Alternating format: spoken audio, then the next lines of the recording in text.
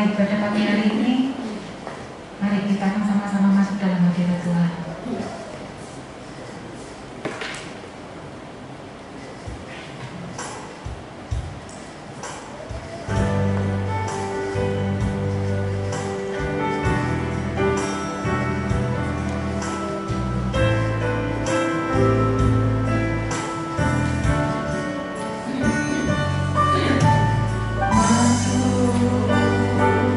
Hari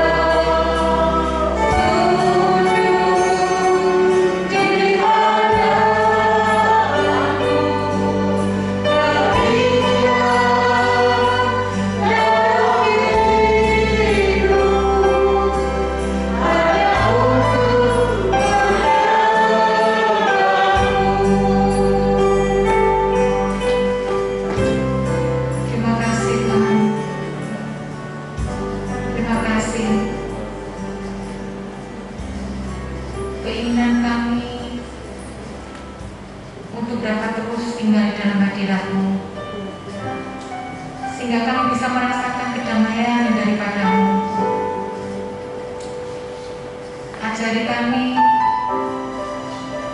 untuk terus dapat menikmati kehadiran-Mu di tengah-tengah kami. Penuhi setiap kami Tuhan. Penuhi setiap gereja-Mu dengan Roh Kudus-Mu.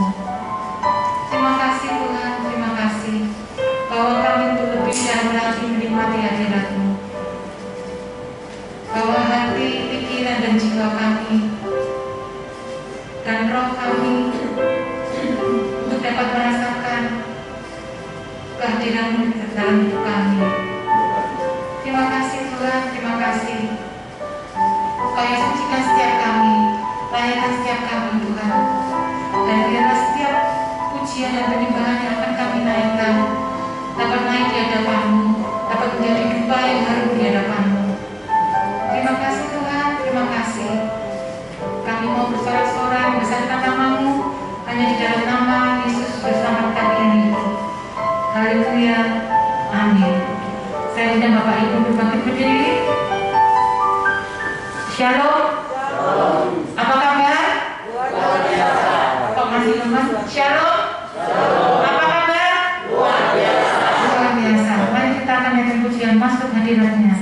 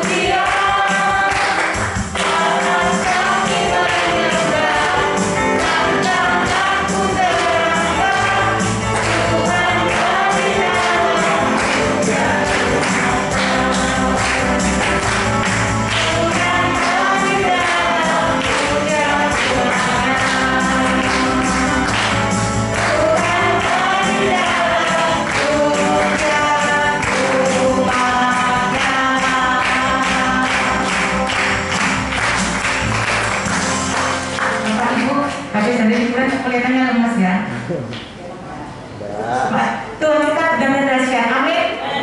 Tuhan kita benar-benar dahsyat. Amin. Benar-benar Tuhan kita benar-benar dahsyat. Amin. Amin. Kita katakan Tuhan Raja Maha Besar.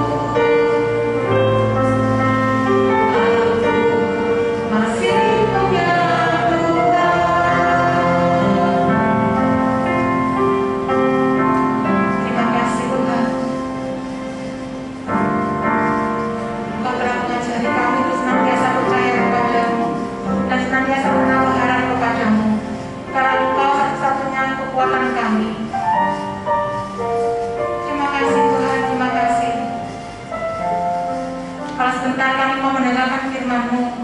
Berbicaralah Engkau melalui hamba-Mu. Urapi hamba-Mu. Siapkan hati dan pikiran kami jemaat-Mu.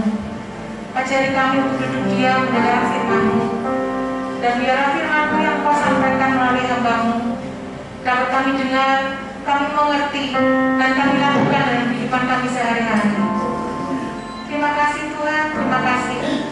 Kami mau sambut firman-Mu hanya di dalam nama Yesus, Juru Selamat kami yang hidup. Amin. Kami persilakan Bapak Dian Iskandar, waktu dan tempat kami persilakan.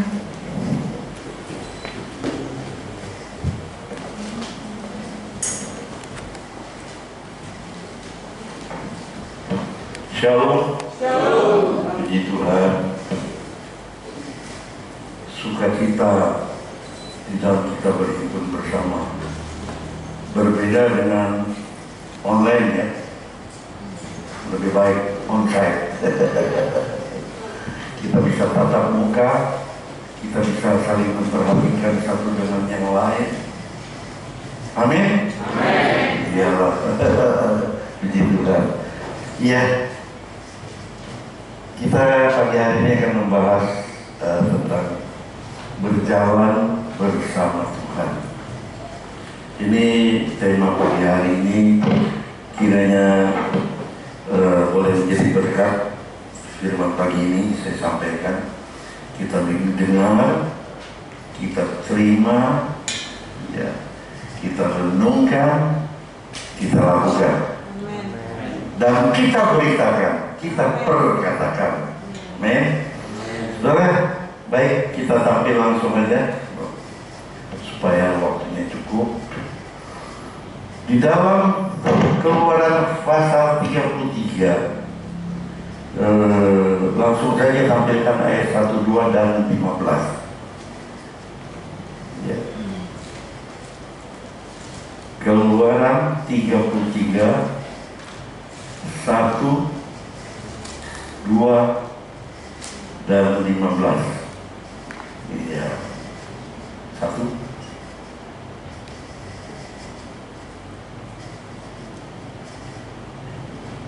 Iya.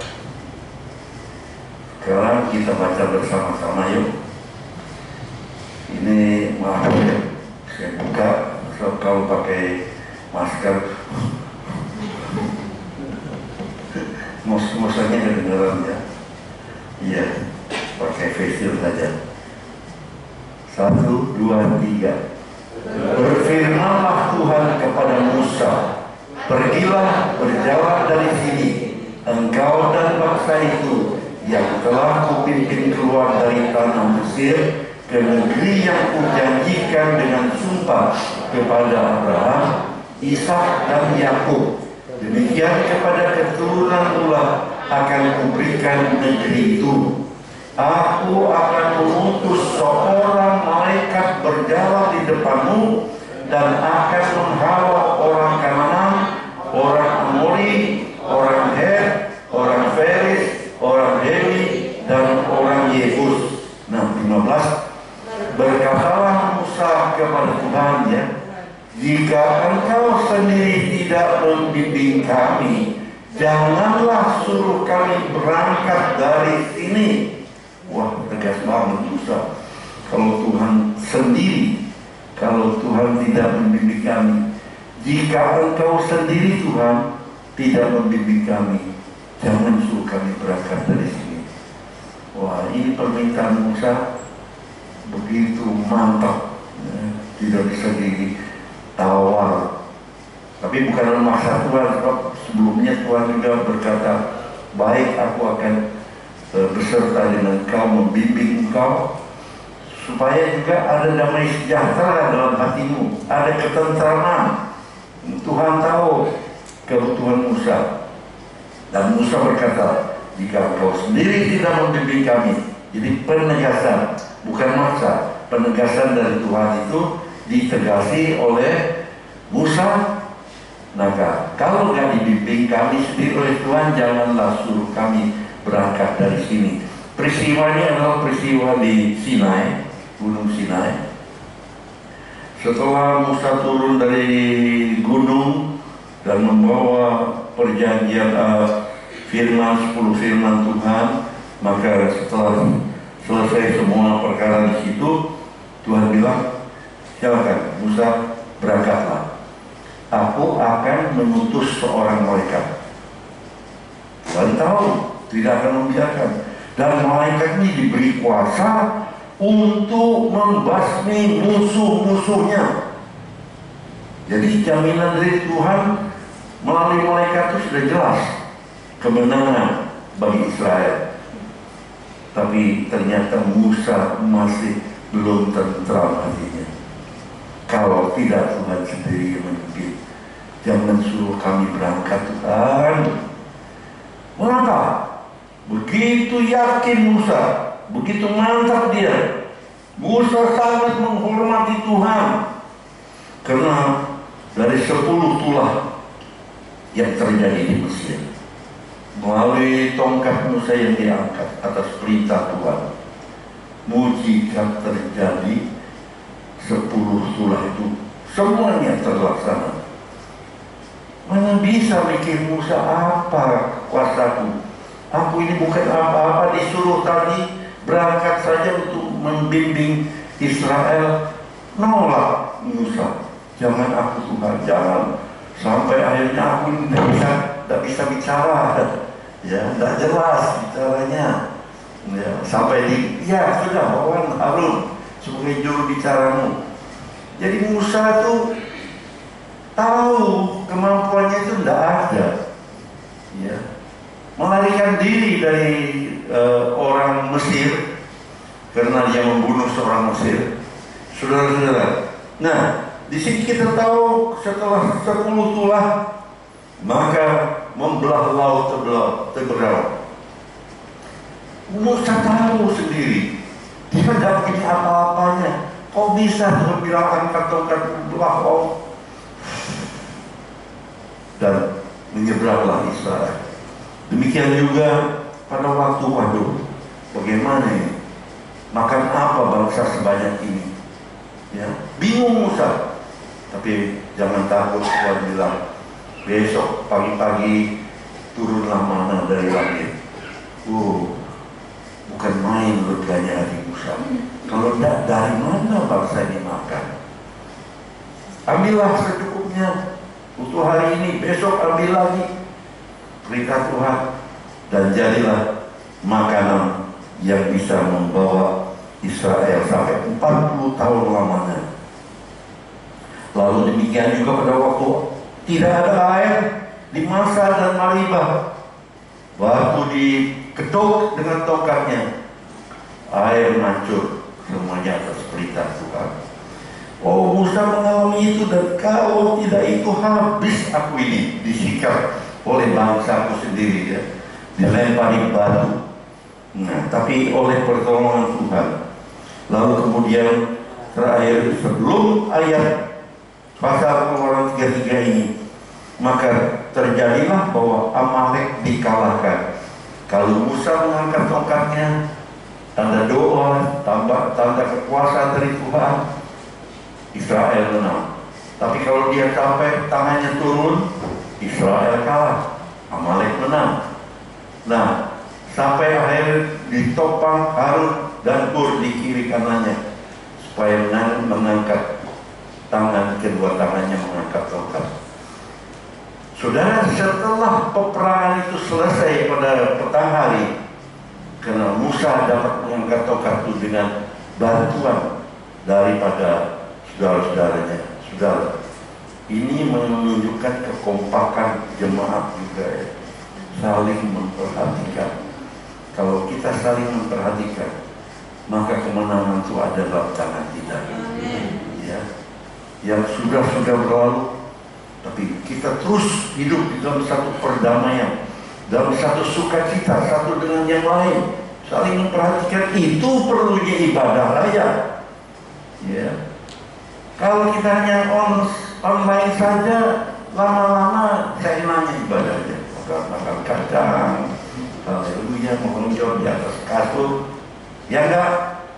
Curailah. Nah, tapi kalau kita ibadah di sini, Kita sama-sama lain, beda. Haleluya. Saudara, lalu ditulislah, dibangunlah mezbah oleh Musa dan dibuat tulisan peringatan. Ya, Tuhanlah panji-panjiku, Yehova Nisi.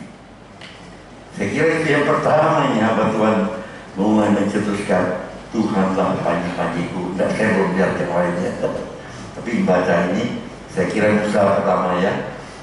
Yehova Nisi dia tulis.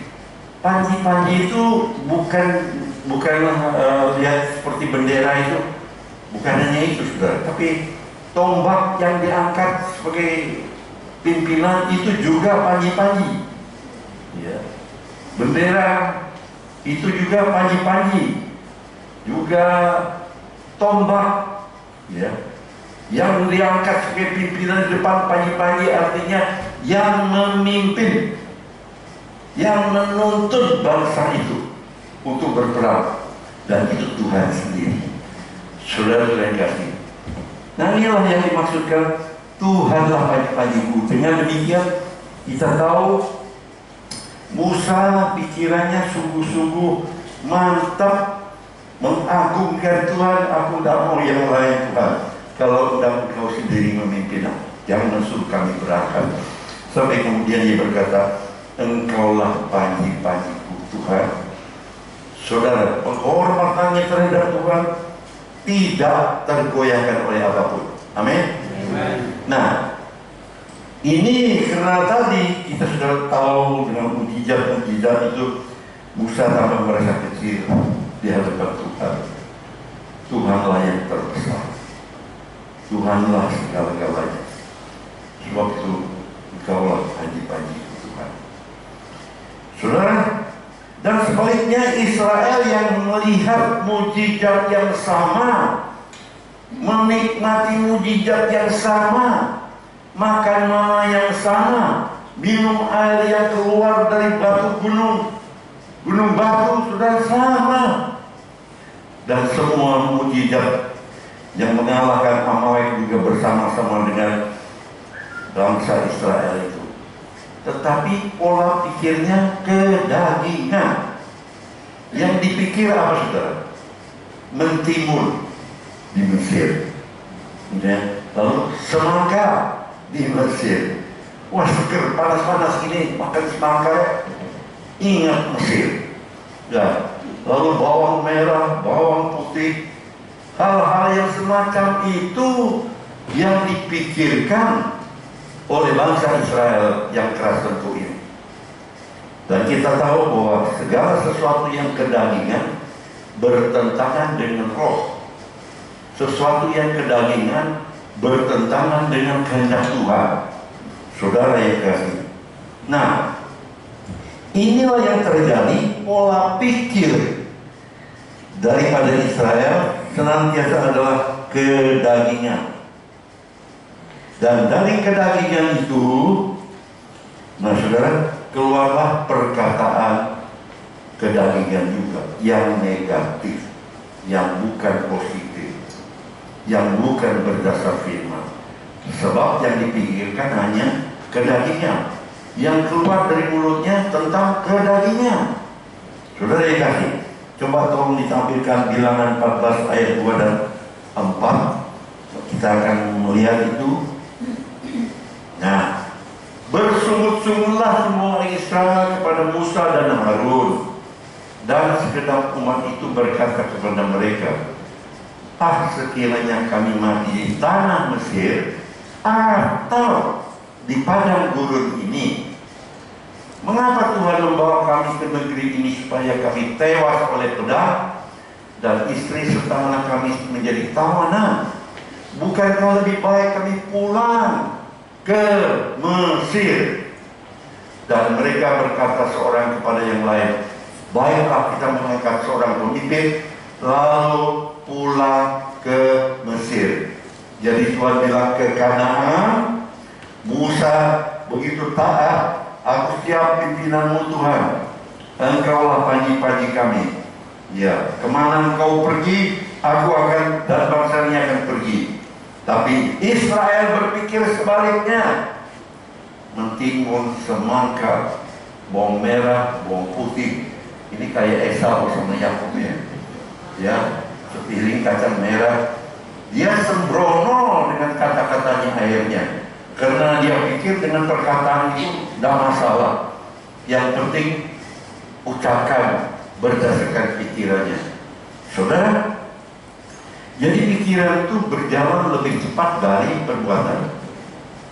Begitu terjadi sesuatu kita langsung mikir, mengangan-angan, yang positif mengangankan yang wah, tapi Tuhan akan mengadakan. Tapi yang berpikiran kedagingan negatif, sebaliknya wah habislah ini, mati aku, katanya sering mengucapkan kata-kata itu. Dia anggap itu perkara sepele. Terus terang kami sekeluarga berusaha untuk menghindari kata-kata negatif. Dan itu senantiasa saya ajarkan. Kalau kami bergurau terlanjur mengucapkan kata yang negatif, cepat harus cabut perkataan itu.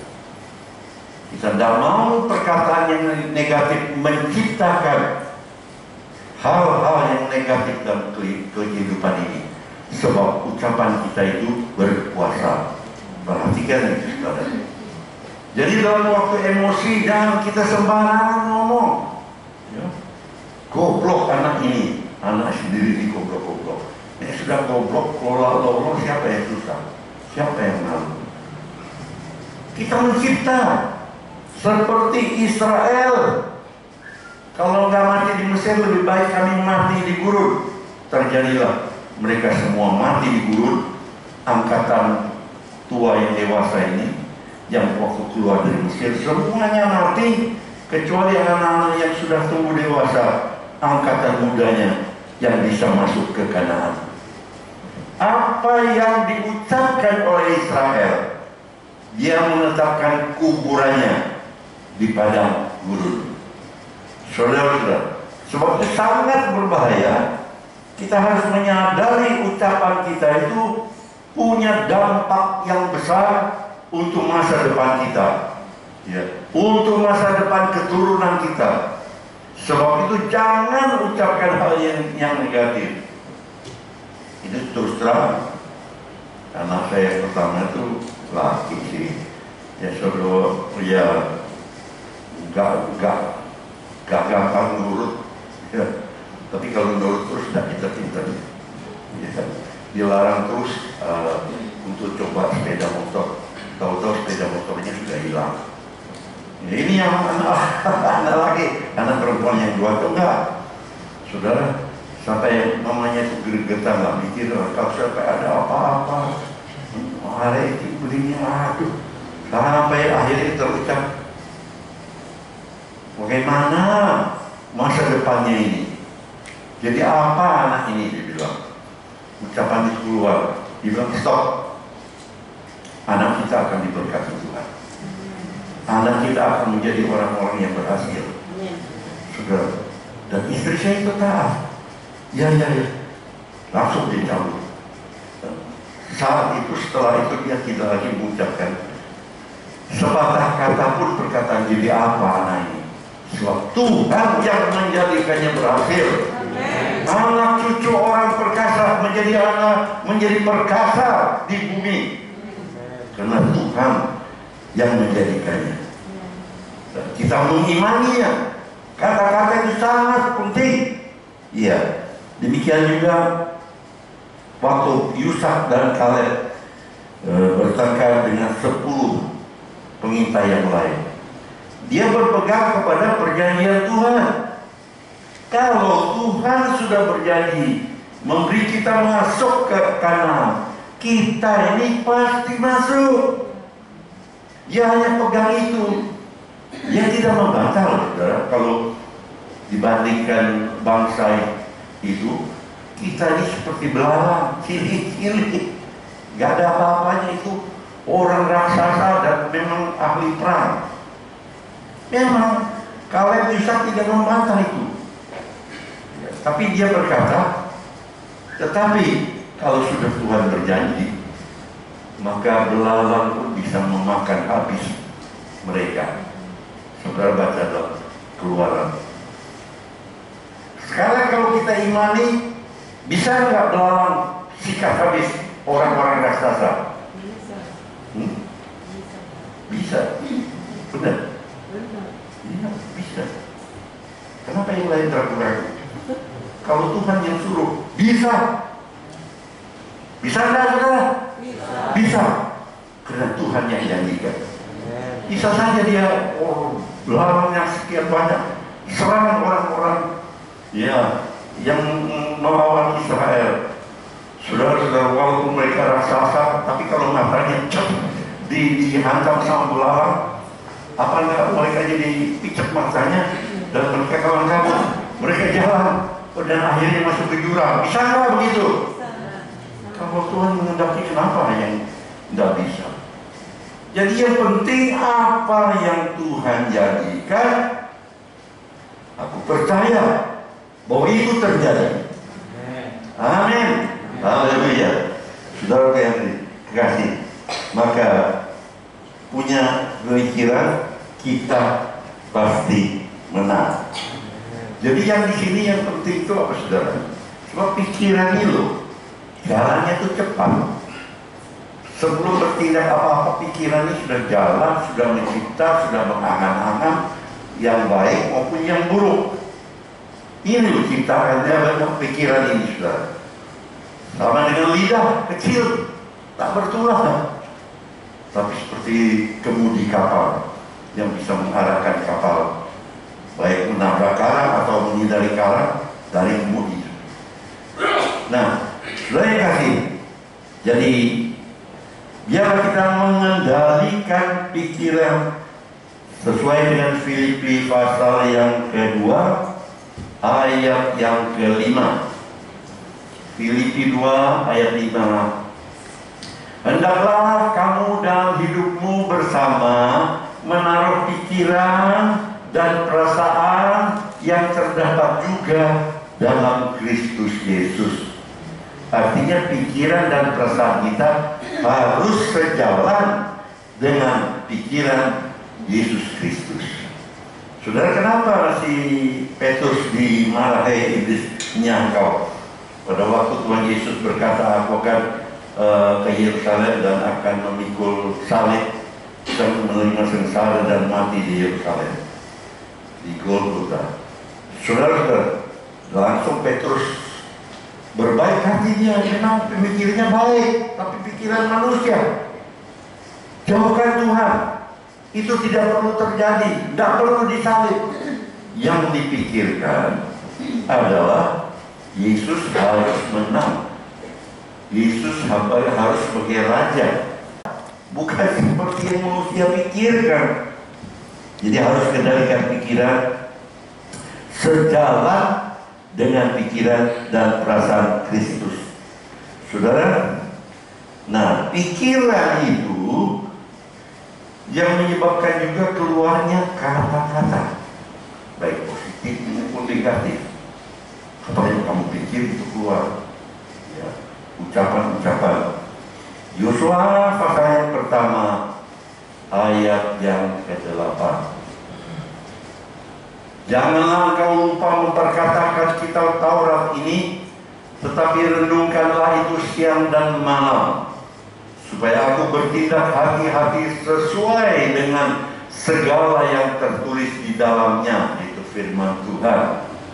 Ya, sebab dengan demikian perjalananmu akan berhasil dan engkau akan, oh haleluya, berhasil dan beruntung. Ada orang yang berhasil tapi gak beruntung. Sudah berhasil, tahu-tahu mati dia. Dia tidak ikhlas menikmati. Itu terjadi. Berhasil tapi tidak beruntung.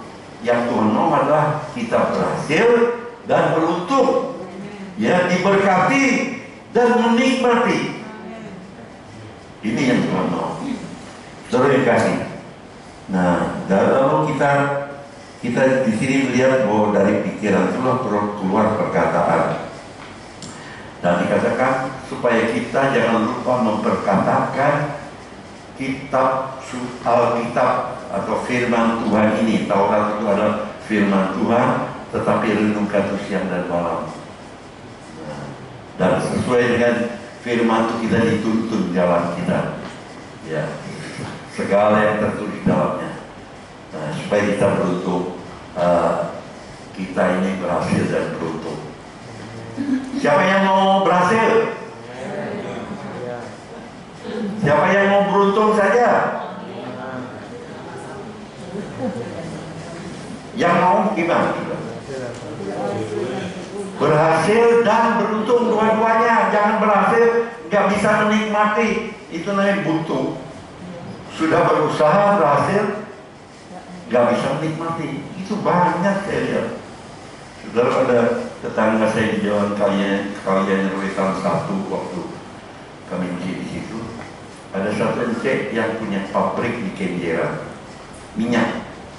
Saudara, pagi sekali dia sudah berangkat, orang tamu segala macam. Malam dia baru pulang. Terus kehidupannya begitu. Akhirnya hanya umur berapa itu, nggak terlalu tua, meninggal ya. Nggak bisa menikmati, saudara-saudara. Tapi ingat, kalau kita bisa menikmati segala sesuatu dalam hidup ini, itu pun anugerah Tuhan. Betul, ada ayatnya. Jadi kalau kita bisa menikmati, bisa ada istirahat, bisa satu waktu bisa jalan-jalan, itu semua kalau Tuhan tidak memberikan anugerah, tidak bisa. Punya, tapi tidak bisa, tidak mampu, tidak kuat untuk jalan-jalan. Saudara-saudara yang kasih. Nah, kendalikan pikiran, kendalikan perkataan sejalan dengan firman Tuhan. Ya. Sebab itu setiap hari biarlah kita mau membaca firman secara rutin. Saya sudah puluhan tahun terus, awal-awalnya mulainya bisa bolong-bolong baca firman Tuhan rutin. Tapi kalau saudara sudah terlatih, begitu pagi, bangun pagi, yang pertama kita ambil, kalau sekarang saya dipakai HP, cari renungan harian. Setelah baca renungan harian, lalu baca Alkitab yang setiap hari saya baca mulai dari Kejadian sampai Wahyu. Terus dikasih tanda, 1 sudah habis, diulang lagi 2, dan seterusnya 3, 9. Nah, itu terus berlanjut, saudara. Dan kita menghindari jangan sekalipun bolong. Dan saya biasanya mengambil pagi hari. Sebab kalau sudah keluar kamar, ada aktivitas, bisa-bisa sehari itu lupa. Ya, lupa membaca Alkitab harian, bahkan lupa berdoa bersama. Jadi kami usahakan jangan keluar kamar dulu kalau sebelum selesai baca firman Tuhan, merenungkan. Kalau belum kami berdoa bersama pagi hari. Kalau kami belum cukup pipi kiri kanan, kami belum keluar kamar. Itu kami biasakan setiap hari. Saudara yang kasih. Nah, sekarang firman Tuhan itu kalau kita dilanda oleh pencobaan dalam hidup ini, kita ingat firman Tuhan yang kita baca atau yang kita dengar, ya. Ini pencobaan beratnya setengah mati, tapi firman Tuhan berkata pencobaan itu biasa, tidak ada yang luar biasa. Biasa, tanamkan pikiran, pencobaan itu biasa. Jangan bilang berat, nanti saudara akan merasakan beban itu berat betul. Tapi firman mengajarkan pencobaan itu biasa. Dan pada saatnya Tuhan memberikan jalan keluar. Wah, enak ya. Amin Tuhan. Ya, ini gampang nih, haleluya. Tapi belum tentu kalau kita mengenal pencobaan yang pikiran jalan. Waduh, beratnya gini, lalu pikir sampai ujung-ujungnya, ya bukan saja naik utang, bukan saja utang, ujung-ujungnya bisa bunuh diri. Saudara-saudara, hal yang semacam itu harus kita hindari. Kalau kita mengerti dan memegang firman Tuhan, pencobaan biasa, ada jalan keluarnya. Haleluya. Kalau sakit sudah ada yang sakit, apa kita sudah tahu. Bilur-bilur Tuhan Yesus kesembuhan. Penyakit, sakit penyakit kita sudah ditanggung di atas salib. Saudara, itu dari firman Tuhan.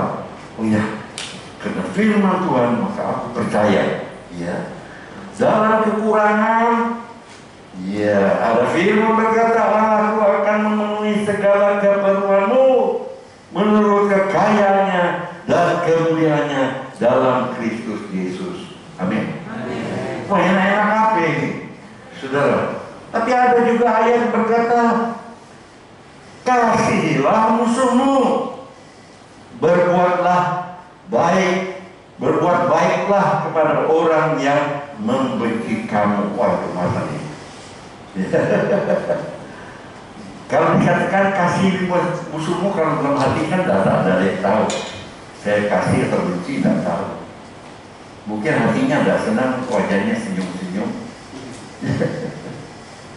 Sebaliknya, kalau kita tidak benci orang, kadang-kadang bisa dituduh orang membenci dia. Jadi kalau dari soal hati ini tidak ada yang tahu kecuali kita dan Tuhan. Ya. Nah, saudara yang kasih, lalu yang berat itu dikatakan apa, saudara?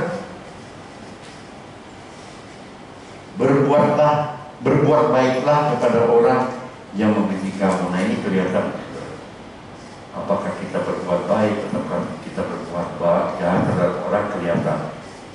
Nah, ini yang berat. Nah, ini ayat ini lebih sering dibaca, diulang, diucapkan keras-keras. Kasihilah musuhmu, berbuat baiklah kepada orang yang membenci kamu. Berat, saudara. Waktu itu baca ulang-ulang dengan suara keras dan mintalah pimpinan Roh Kudus. Saudara, apa yang kita tidak mampu, Roh Kudus akan menolong kita. Itu perlunya aku pergi, kata Tuhan Yesus, supaya aku kirimkan Roh Kudus, supaya Roh Kudus menolong, menghibur, mengingatkan yang salah, mengajarkan kebenaran, supaya kamu ada yang menuntun. Ya, hari ini hari Pentakosta, saudara.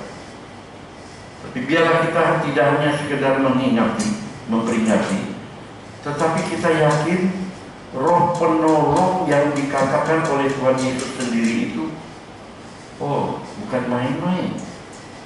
Roh Kudus yang menolong dalam segala perkara. Ya, banyak hal dalam kehidupan ini. Saya mau menghadapi kecelakaan, dan Tuhan ingatkan, kalau ada apa-apa dengan kereta ini, pegang anakmu di perutnya. Ada apa, Tuhan? Belum apa, kereta jalan biasa. Ya cuma agak keras jalannya. Nah, waktu itu akhirnya kereta itu terbalik dan kami di gerbong paling depan, ya, paling depan di belakang lokomotif. Lokomotifnya nggak tahu mencelat kemana sudah. Ini kami duduk paling pojok tuh, anak saya Yeni Kartika paling kiri. Nah, lalu kereta ini terbalik, seret begini, seret. Tas saya yang di sini di atas jatuh ke bawah, lalu dibeli, sudah handbag, pecah, jahitannya jebol. Andai kata anak saya yang terlempar ke bawah kaca jendela kereta, itu tidak terjadi. Kenapa? Begitu yang ini bayarannya terus ini, pegang di perutnya. Waduh, kayak ahli silat. Kapan saya belajar kungfu? Kok bisa otomatis loh. Pegang di perutnya dan dudukkan dia kembali. Ya itu begitu tenang, aneh Tuhan Roh Kudus. Pak, itu kacamatanya Om di depan itu di bawah. Jadi ada Om yang kami saat yang kedua duduknya berhadapan-hadapan. Si Om itu kacamatanya sudah jatuh di bawah sana sama-sama dengan handbag saya itu. Saudara, itu sudah diberitahu banyak hal yang Roh Kudus tolong saya, ya. Dan juga supaya saya rendah hati, supaya saya menurut, itu Roh Kudus tuntut saya. Dan dari situ kalau kita mentaati, kita akan melihat mujizat Tuhan terjadi. Saudara-saudara kasih. Nah inilah saudara firman Tuhan ini. Jadi hari ini bukan hanya kita memperingati, tapi kita yakin bahwa Roh penolong itu menolong dalam segala perkara, menunjukkan hal-hal yang tidak benar dalam hidup kita. Dan banyak perkara sudah baca tentang Roh Kudus, dan kita memperingati dan menerima sepenuhnya. Biarlah Roh Kudus menuntun jalan hidup kita dan mengingatkan kita akan firman Tuhan, sebab firman itu mencipta. Ya, di dalam Yesaya 55 ayat 11 yang boleh tampilkan sebentar supaya kita lihat sebentar. Ini penting. Ya, Yesaya 55 ayat yang ke-11. Demikianlah firman-Ku yang keluar dari mulut-Ku. Ia tidak akan kembali padaku dengan sia-sia, tetapi ia akan melaksanakan apa yang Ku kehendaki dan akan berhasil dalam apa yang Kusuruhkan kepadanya. Jadi firman Tuhan itu kuasa. Firman Tuhan itu tidak pernah gagal. Dan firman Tuhan itu akan keluar dan menciptakan apa yang Tuhan mau, apa yang kita mau kita ucapkan dengan iman, bahwa dengan ucapan kita itu maka jadilah. Amin. Saudara, dan itu banyak sangat menolong kami, sehingga akhirnya kami melihat oh Tuhan bukan hanya mengasihi, tetapi memanjakan kami. Jadi sebelum, bahkan seringkali sebelum kami berucap meminta sesuatu, Tuhan sudah tahu ada yang dalam hati kami, disediakan. Luar biasa. Nah, coba kita belajar dalam hal ini saudara, terus mengandalkan Roh Kudus, mengandalkan firman Tuhan. Sementara kita berjalan sampai bertemu muka dengan Yesus Kristus, Juru Selamat kita. Tuhan memberkati. Ayo, kita akan berdoa untuk firman. Hari ini saudara Yogi belum bisa datang, ya. Jadi dalam hal ini, biarlah kita doakan dia, Yogi, supaya dia mengalami kesembuhannya sempurna sampai hidup. Ya. Syukur Tuhan, syukur Bapak. Haleluya. Doa yang luar biasa. Oh Tuhan, Engkau sangat mengasihi kami Bapa. Kalau melalui firman-Mu pagi hari kami boleh ditubuhkan, dikuatkan, dipulihkan. Sungguh kami bersyukur bertemu kebaikan Tuhan yang memperingatkan kepada kami semua Bapa. Oh Tuhan, tolong kami Bapa. Biarlah setiap kami yang mendengar firman-Mu bukan hanya mendengar, tapi boleh menyimpan dan boleh melakukannya Bapa. Dari hari ke hari kami boleh disempurnakannya Bapa. Tolong kami yang kudus. Kami tidak mampu berjalan sendiri. Hanya oleh kuasa pimpinan-Mu ya Bapa, Roh Kudus yang menuntun kami. Agar kami Tuhan sungguh sesuai dengan firman-Mu. Oh Tuhan, benar apa yang telah kami lakukan, mungkin juga kami sudah terlanjur mengucapkan kata-kata yang negatif. Kami satu dalam nama Yesus, ampuni kami Bapa. Biarlah kami boleh menggunakan perkataan kami Tuhan dengan perkataan yang positif. karena Engkau yang menuntun kami Bapa. Oh Tuhan, kami percaya Tuhan kuasa menyata dalam kehidupan kami, agar hidup kami sungguh-sungguh berhasil dan beruntung. Oh Tuhan, terima kasih karena ucapan orang percaya itu mengandung kuasa mencipta, dan kami juga ingin menciptakan hal-hal yang baik. Kami bersyukur buat firman-Mu luar biasa. Oh Tuhan, berkati setiap kami semua yang sedang mendengarkan firman-Mu, dan Tuhan memberkati hamba-Mu juga Tuhan, urapan saya khusus pakai lebih lagi Tuhan dengan urapan baru setiap hari. Terima kasih Bapa. Saat ini kami berdoa buat saudara kami Yongki yang ada yang sedang di rumah. Tuhan, kami percaya Kau lihat iman ya Bapa, Engkau lihat semangat ya Bapa. Kau jamah di dalam nama Tuhan Yesus, pulihkan, sempurnakan, sembuh ya Bapa, agar hamba bisa kembali datang beribadah dan melayani Engkau. Kami bersyukur ya Bapa. Tuhan memberkati setiap kami semua Tuhan. Kami bersyukur ya Bapa, terpuji nama-Mu. Hanya dalam nama Yesus kami alaskan doa kami. Amin.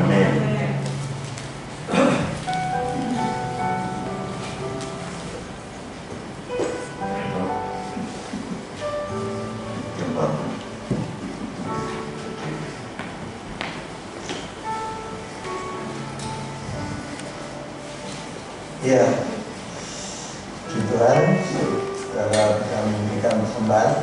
Saudara, di dalam hidup kita orang percaya, jangan lupa kita perlu Tuhan. Kita perlu pimpinannya, kita perlu penyertaan Tuhan. Jangan sampai kita berjalan dengan kekuatan kita sendiri, dengan kemampuan kita. Kita tidak sanggup, kita tidak bisa melakukan semua itu kalau kita pakai kekuatan kita sendiri. Ingat, saya selalu ingat perkataan Musa ini, ya saudara. Kalau dia mengatakan kalau Tuhan tidak menyertai, aku tidak akan berangkat. Itu yang diimani. Jadi jangan lakukan segala sesuatu itu kalau Tuhan tidak memimpin kita. Ya, ayo kita tetap imani, mohon penyertaan Tuhan dalam hidup kita. Ya, perkara-perkara besar itu Tuhan akan nyatakan dalam hidup kita. Baik, saya undang Bapak Ibu saudara kami berdiri.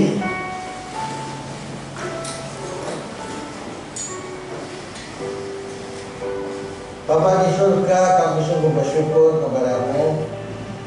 Engkau Allah yang setia, Engkau Bapa yang baik. Bapa, kami sungguh bersyukur tongkat-Mu ada menyertai kami. Gadamu dan tongkat-Mu menyertai kami, Tuhan. Walaupun kami berjalan dalam lembah kekelaman, Tuhan, penyertaan Tuhan ada dalam hidup kami. Kami sungguh bersyukur kepada-Mu, Tuhan. Tuhan, kami tidak akan berani melangkah tanpa Engkau ada menyertai kami. Kami sungguh bersyukur buat firman-Mu pagi hari ini, Tuhan, yang sangat menguatkan kami, membangun iman kami supaya kami terus percaya kepada-Mu. Kami terus berdoa buat jemaat Eklesia, Tuhan. Beri semangat, Tuhan, supaya mereka juga punya semangat untuk mencari Tuhan. Mereka bisa beribadah onsite, Tuhan. Kami berdoa, beri kekuatan, beri kemampuan mereka untuk datang kepada-Mu, Tuhan. Kami sungguh bersyukur kepada-Mu. Kami berdoa juga buat saudara kami, selain Pak Yongki yang sakit, Engkau jamah juga Bu Foni, Ibu Foni dan Pak Arinson. Tolong Tuhan, nyatakan kuasa-Mu, Tuhan. Kalau ada penyumbatan baik di jantung maupun di otaknya, Tuhan, kami percaya kuasa-Mu, mujizat-Mu oleh bilur-bilur Tuhan Yesus dan memberi kesembuhan. Mujizat Tuhan terjadi. Kami sungguh bersyukur untuk Henry yang habis operasi. Tuhan juga tolong pulihkan kondisinya, supaya semua pulih, daya ingatnya pulih, dia bisa bekerja kembali. Berikan kemampuan, kekuatan supaya dia bisa bekerja kembali, Tuhan. Kami berdoa untuk Diego dan juga untuk Melia, Tuhan, untuk matanya Tuhan. Kami percaya Tuhan, kalaupun dokter mengatakan tidak sanggup, tidak bisa berbuat apa-apa, tetapi Tuhan sanggup. Tuhan bisa melakukan mujizatnya. Tuhan pulihkan mata mereka hingga mata mereka bisa melihat kembali jelas, 100% jelas dalam nama Tuhan Yesus Kristus.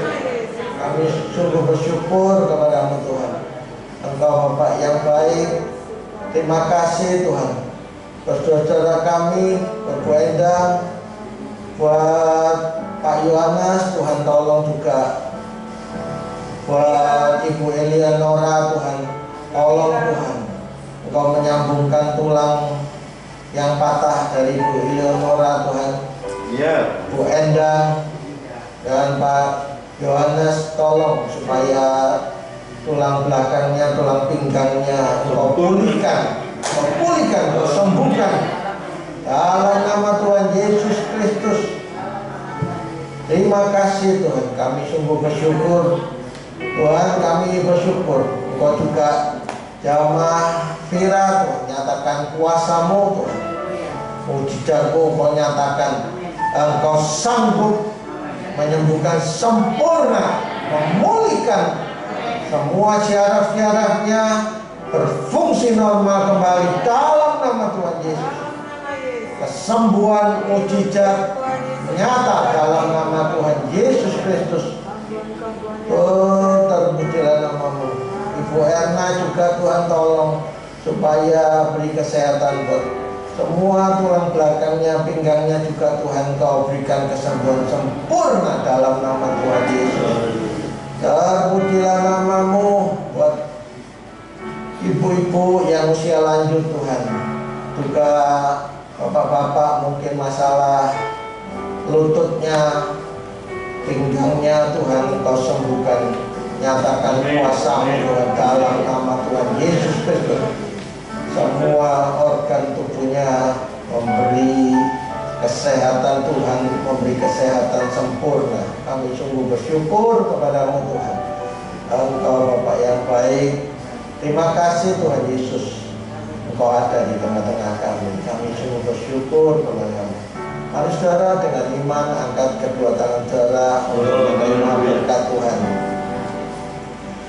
Sekarang saudaraku yang kekasih, terimalah berkat anugerah dari Allah Bapa, cinta kasih di dalam Tuhan Yesus Kristus, dan penyertaan Roh Kudus senantiasa menyertai engkau, tinggal dalam hidupmu, membimbing engkau, memberkati engkau pada waktu engkau masuk dan memberkati engkau pada waktu engkau keluar. Apa saja yang dikerjakan tanganmu, Tuhan yang membuat engkau berhasil. Pulanglah ke rumah masing-masing dengan damai sejahtera, hanya di dalam nama Tuhan Yesus Kristus. Saudara yang percaya,